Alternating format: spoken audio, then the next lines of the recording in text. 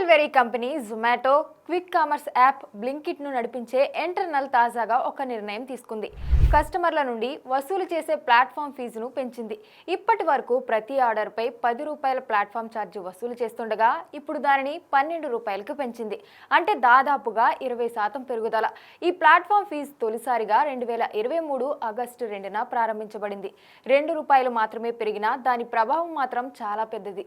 నిపుణుల అంచనా ప్రకారం జొమాటో రోజుకు సుమారుగా 25 లక్షల ఆర్డర్లను పూర్తి చేస్తుంది. అంటే ఈ పెరుగుదల ద్వారా కంపెనీకి రోజుకు 15 కోట్ల వరకు అదనపు ఆదాయం వస్తుంది.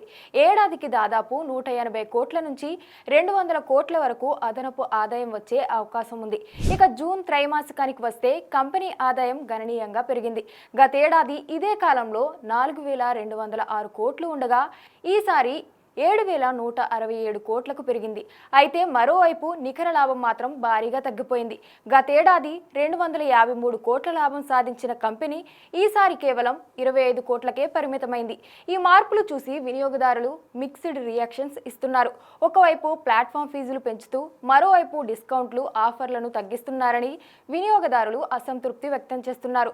అయితే చాలా మంది కస్టమర్లు ₹2 పెరుగుదలకే పెద్దగా పట్టించుకోకపోయినా కంపెనీకి మాత్రం కోట్లలో లాభం వచ్చే అవకాశం ఉందని నిపుణులు చెబుతున్నారు. మొత్తానికి వినియోగదారుల ఖర్చు చిన్నగా అనిపించినా కంపెనీకి ఇది పెద్ద లాభం కలిగించే వ్యూహం అని చెప్పవచ్చు.